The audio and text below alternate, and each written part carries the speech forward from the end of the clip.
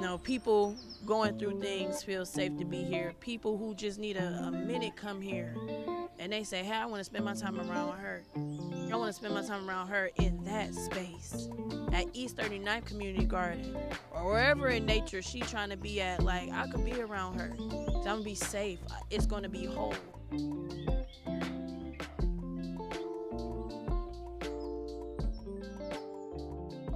This spot, this piece of land is important to me. So it really started, not to make it a long story, but this is where my first memory was. Right behind you guys is where my grandmother's house was. So obviously it's not there anymore, but all my memories are like right here. So actually, this is where I learned how to ride my bike. No training wheels. So shout out to my mom. But I had a friend who I used to coach his son in baseball, and he saw me doing that, and he wanted to do something. So he asked me to help him with this project he called LUFA, or Leaders of Our Future America. And I'm like, cool. And we got together, brainstormed on some things, and we figured a garden was probably the best thing we could do for the community, to start off and then grow into other things. And it was just going to be a garden. But eventually, I started to think it over a little bit more and decided to go with honeybees because it was allowed. And I figured honeybees would be something that was exciting, get people interested, and allow people to come in. Well, mainly kids, but allow people to come into our program, learn about bees and agriculture, and then grow into different things that they may be interested in. So that's kind of how it started off, and then it just kind of blew up into something I kind of wasn't expecting. But I'm happy that I'm in this moment here and get to let people come and experience this farm at my grandmother's house. So what's special about Kinsman and Mount Pleasant is the soil. Um, the soil is actually pretty good over here. We live in uh, a rare space in the world. Most of the land in the world is not able to be farmed. But we live here in Cleveland on this lake with a lot of water. We get a lot of rain, and the soil is very good. It's also special because, like I was saying before, it's where I grew up at. So whenever I come here, it's like, no matter what else is going on in this neighborhood, like I come here and I just feel at peace. So creating this space here is important because it hasn't been a lot of peace around here. It's a lot of mental health issues going on here. It's just a lot of regular things going on here that aren't really regular. So, putting this farm here, putting this healing space here, growing it out, adding benches, just adding different things to make it so that people can come through whenever they feel like it and find some peace. Um, Challenges, though, is mental health. Um, Vacant lots are also a challenge. Like the house across the street gets dumped on all the time, so it's a challenge. But my main thing is trying to turn the challenges into assets. So even though people here are having mental health issues, that means that I get to put out things like chamomile that might help people with sleep. And even though people may not know exactly what's here, you know, they come talk to me, they'll find out what's here. But that also means that I don't have to protect too much because nobody knows what's here. So it's like a little fine line I'm walking, but I think the point, my one of my goals is to have somebody steal some vegetables or steal some herbs because then I know that okay, like people are starting to understand healthy food, and then I'll buy another fence and stuff. But I think the main thing is to have it open so people can experience it. A lot of things are great, but they have fences around them. And we have to find a way to um, create spaces like this where it's open and people can walk through, and balance it with the challenges of crime and other mental health issues. So um, that's just one of many challenges, but they all can be turned into assets if we pay attention.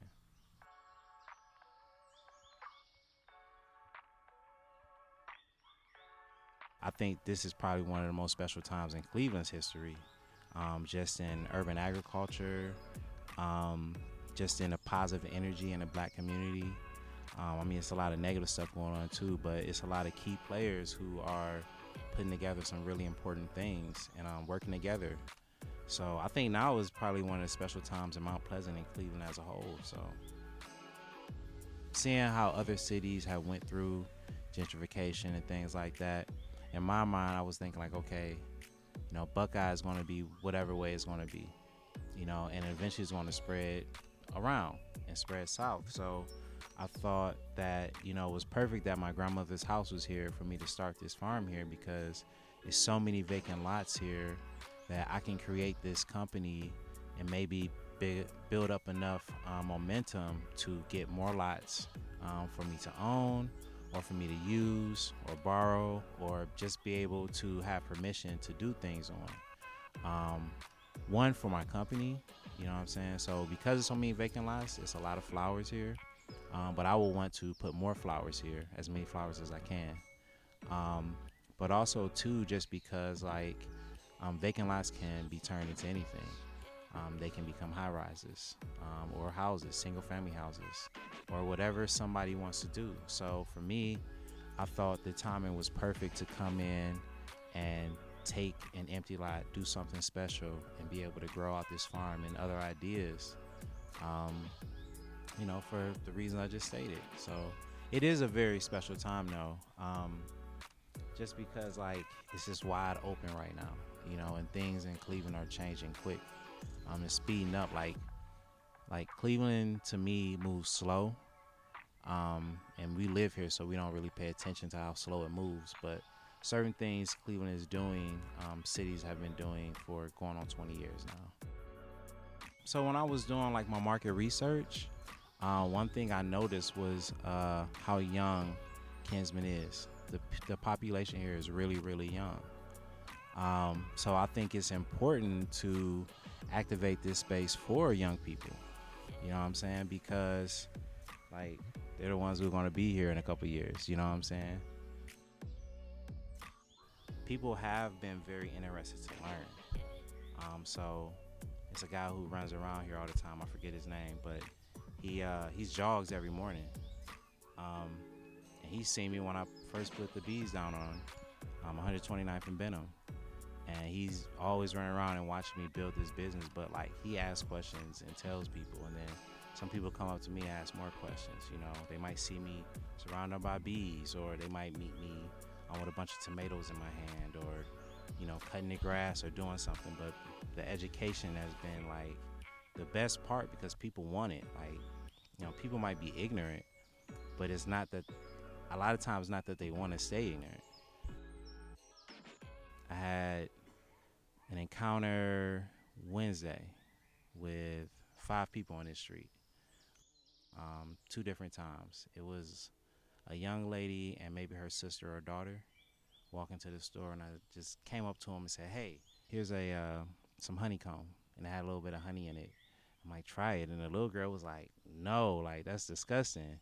And the older woman was like, "No, I don't want to try it," but she just asked questions well, what is that? And how did they do that? And where is this? And it was kind of freaked her out. But the point I got out of it was she asked 5 questions, and then 3 boys came by and said, "Hey, look, try this." And the 2 boys was like, "Yeah, what's this? Is honey? It's good." And they were just eating "Man, oh God, this is so good, man. What is this?" And the other boy was like, "No, I'm not. I don't want any of that, man. This is crazy." But those interactions are great, because people, I want people to know there is a lot of options in the hood, and it's some of the best options, because a lot of the best ideas come from here. So my thing is take advantage of this option, you know what I'm saying, to do agriculture. It don't have to be bees. You can just go in your backyard. Over here is it's always been green onions in my grandmother's backyard. Whenever I cut the grass, I would smell it, and I didn't know what it was as a kid. But as an adult, I'm just wow, it's a lot of food here. This mulberry tree right here, just goes uneaten every year. It's so much food around here, but people walk past it every day to go to the store. It takes hard work, and it takes dedication. I don't think it will take many capital resources. I think it just takes hard work dedication and creativity. Like I think this is a pretty creative spot, but it didn't cost much. It doesn't cost much, like especially in the big scheme of things. Um, and then to sustain it is to be creative in how we attack these problems. So like I was saying before about programming, like you gotta have the programming to extend things, so that they can be used. Like this space, um, I've added 4 beehives, and I spent $7 on a pack of chamomile seeds, and everything else just kind of blew in from the first year. So it wasn't the bees or the chamomile; it was the programming. Me and my team put together. That brought people here, that made this space alive. It's my grandmother and those memories I had with my mom that made me want to come to this space. So it's never like, let's pay for this green couch. It's the person sitting on a green couch. It's the person, doing the interview. So it's people. That's the most important thing.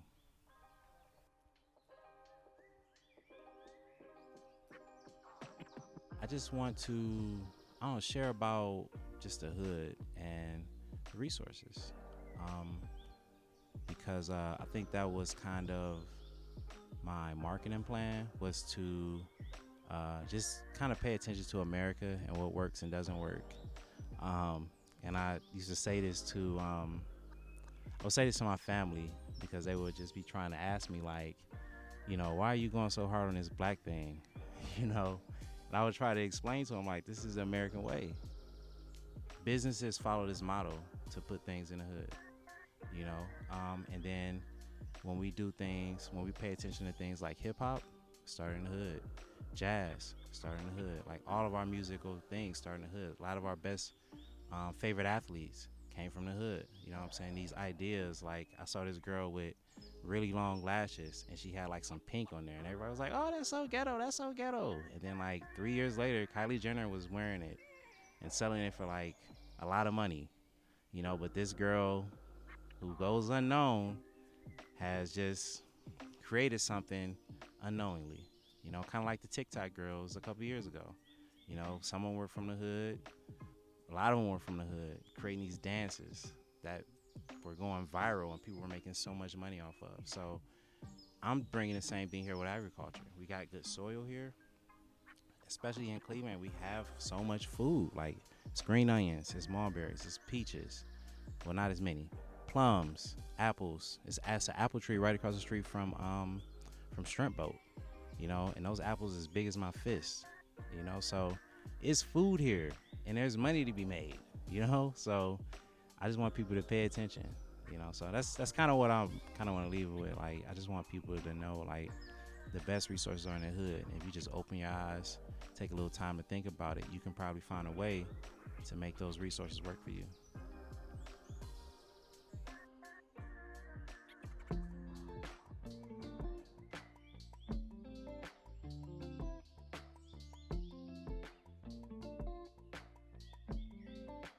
So it was after COVID. I'm postpartum with a little baby. I think he's one by now.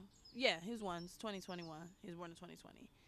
And I went on a walk because I just needed to get out the house. And we was going to the gas station. And the owner was out here, Andrea Johnson. And I was super, super happy because I'm like, oh my goodness, it's a garden. Like, and so I talked to her and I'm like, hey, I want to grow here. Like, I want to do something. And she's like, yeah, you could do that.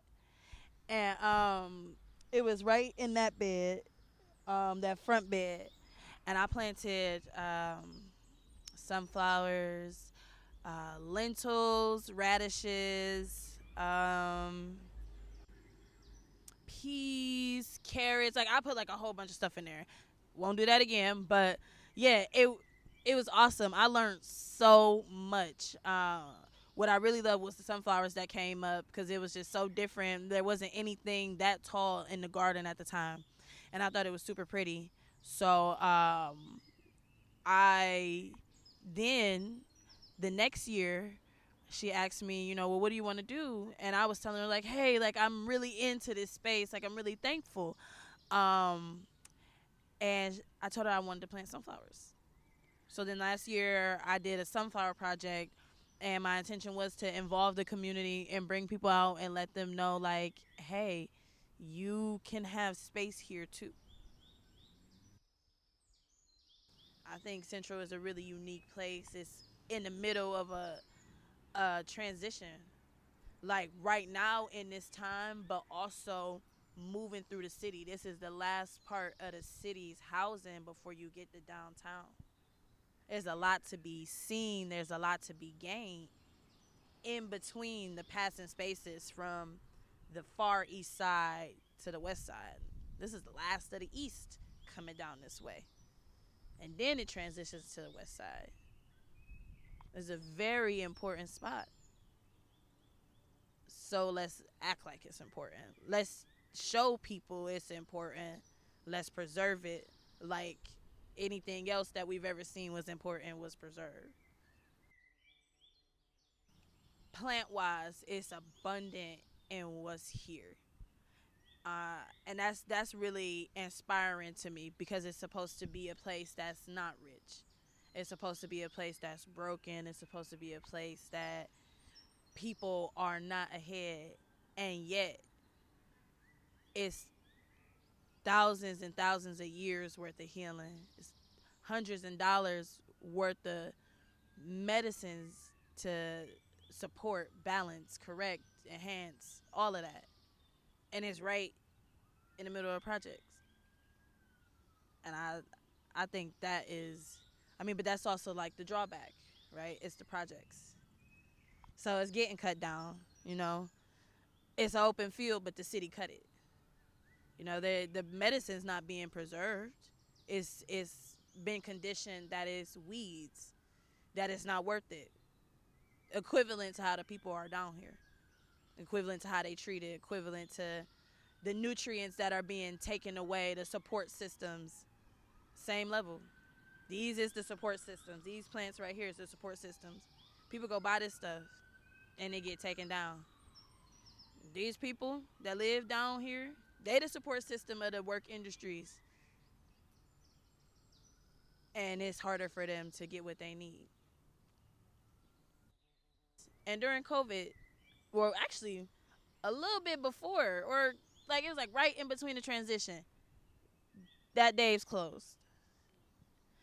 And then everybody was scared to go outside within reason. You know, it was hard to do what was necessary. Um, and a lot was lost. Access, that being one of the key things that a garden repairs, in my opinion. Access to the fresh foods, access to spaces to feel comfortable in. It's enough space for, you know, if somebody needed a little bit of space, they could have it. If, you know, going through COVID, they were immunocompromised, but they still wanted to enjoy a green space, they could do that here. And it's restorative, right? Being able to be in this space now, come out and sit, being able to say, hey, I know where I'm about to get some good peppers this year. And that's like one of the biggest things that come out of this garden that people look forward to. The bees, y'all, the bees. I think that has been such a cool addition. Bees in the middle of the projects. It's so unique. They have done so much for this space as far as like awareness to where you stepping to. Now there's an apple tree that has apples that years prior only had one apple, or you know, it fell off or it got rotted, and now it's like multiple apples. People gonna be able to eat those this year. People come and interact. They try the honey. And so we didn't have like a lot of honey last year because it was their establishing year. But now they moving and grooving. They building the hive, and it's awesome. There was an elder in the community. He was walking by, and actually the guy that's sitting over there waved him over. He was like, hey man, come try this honey. And he tried it. He was like, what? Like you? I'm like, yeah, it's bees right there. He walked away with the piece, a comb, did whatever he did, and then came back and was like, "Can I have another piece?" And I don't even know his name, but I know that honey touched him. He was like, "That was the best honey like I've ever tasted," and it's unique. It's very unique, and I'm excited because from starting last year, and then that same home daycare that I was talking about. Now I'm doing a project with them. So earlier today, I had a class with them, Just Like Home Learning Center, and we have a program called Be Educated. So like each and every one of you be educated, and we're starting with educating preschoolers and up about bees. So they're gonna get a hive, and they got to paint it today. They were so cute. Um, and that interaction is has built that community bond. I met James when I met my mentor, like the same day, and my mentor is Trey. So there's like a whole Trey, a whole little network. So I met them the same day, and he's like, "Yo, there's a beehive," and Trey is like, "You want some honey?" It's always offering somebody some honey. Which is great. I see the value in that now, so now I do it. And we just sat and we talked, and we were just like, yeah, we're on the same page. Blah, blah, blah. And then later, I met Lex, and Lex was the lady with the dog. And we just clicked, just like that. And I love the fact that they have a home daycare. I love the fact that they follow this natural way of interacting, not only with the earth, but, with healing and how we care for people. I don't know if y'all noticed, but she said she was on a grounding walk. How many people are out here grounding themselves in this space? I just think that's so beautiful that, like, it's safe enough here for that to even be a possibility. And, we clicked. They had a lemonade stand. And then, the neighbor up grants, they come out and, apply, I had this spark idea. I was like, we got to do this with them. Because where else are they going to get the chance? And they were all for it. And we got it. And it's been going. And we got a student that's obsessed with honey now, in a good way. Just every time he see me, he know he getting something good, and it's the honey. I love that. Children just being free in the dirt, in the sand, because they get to come down here. The lessons start at 10 normally, ish, 10ish. And as soon as they get to Just Like Home, are we going? What? That's impacting y'all like that? Because that's how I feel sometimes when I wake up, like, okay, I got to get out to the girls, got to be prepared. I do certain things. I cater to them by giving them lavender and the smoke to keep them calm. What else do? I play music for them. Like, I make sure that I don't wear anything that could disturb them. I still like an oil or so I do have like a roll-on oil, but maybe I don't wear it on my wrists because I know my hands gonna be in the hive and they won't be able to smell me. At least that's what I think. Maybe they know, but I'm getting to explore this intricate little world, and then children are getting to explore it, and then random community members are like, I seen a lady in a bee suit over there, and I always get a laugh because I'm just like, I gotta tell them it's me. Like, maybe I'm just gonna stop telling people it's me. Like, y'all know. Y'all just trying to, like, give me, like, a Batman mask or something like that. And then I just won't tell anybody else so people can think that it's just some mystical lady down here keeping bees. But it's a really cool experience and a really good spot, too. And they just do their own thing.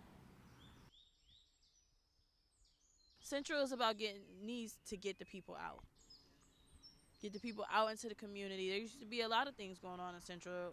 Block streets for a block party, and giveaways this way, giveaways that way. Full bustling shopping center, and all those things are gone. So people are not only in their house, but if they going somewhere, they going somewhere else.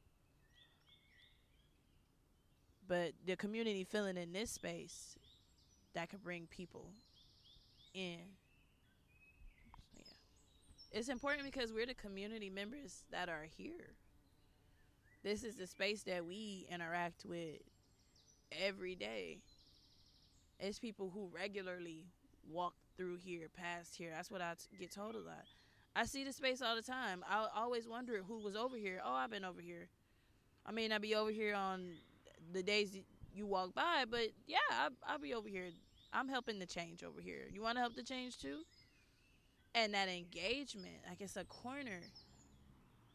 Uh, we want to be in control of what's happening in our community and affecting how our community is seen.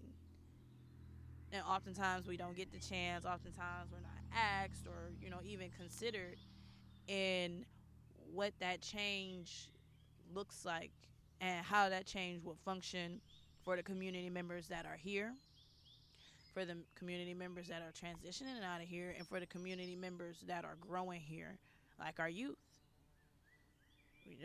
Realizing that this space is not always going to be this way. They're not always going to grow sunflowers. Maybe it'll be another giant flower, or maybe the sunflowers will be maintained, but the crop will be different. Letting the community decide, hey, we'd like to have some of this. I'm waiting for people to say, hey, we want to try to grow this here.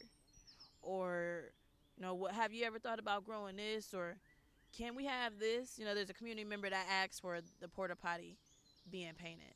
Great. Yeah, that's easy to make happen. We can paint a porta potty, no problem. And again, that's that, hey, I asked for something. It happened. I have a say so in community, and then also creating that community permanence. This corner is going to be known for providing something fresh for the residents. And that's going to be because the residents said it was so, because they wanted it to happen. Where I'm at is rich and comforting and supportive.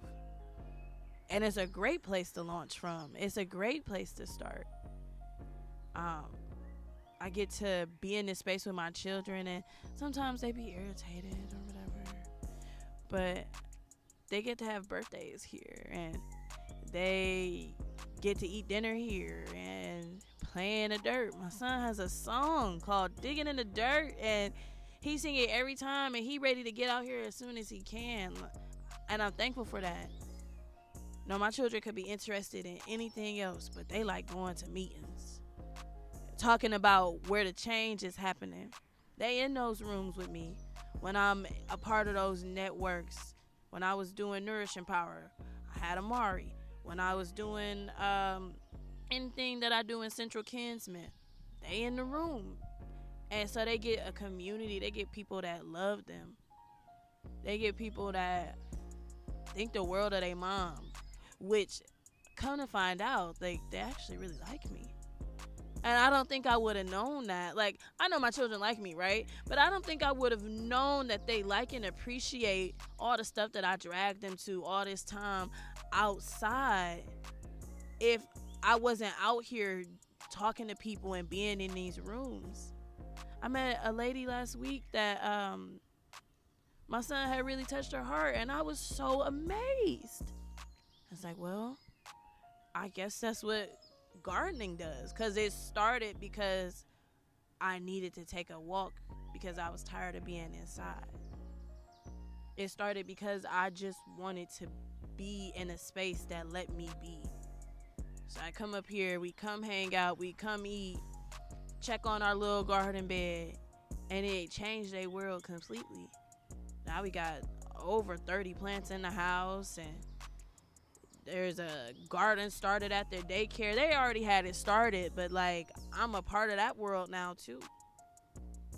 And then being known in the community for the lady that's here to one hold this space, but then also like I'm doing this for y'all, like, and that's just it. Like it's not, it's feeling to me just to do it. I don't even, if I had it my way, y'all wouldn't even see me. It'd just be getting done, and y'all really would not know where to find me. But it obviously, I guess it can't be that way. But just being able to do it and knowing that it's benefiting down the street, across this way, you know, people going through things feel safe to be here. People who just need a minute come here, and they say, hey, I want to spend my time around her. I want to spend my time around her in that space at East 39th Community Garden or wherever in nature she trying to be at. Like, I could be around her. So I'm going to be safe. It's going to be whole. And they belong. People belong around me. I belong around them. And I'm fortunate enough to hold that space.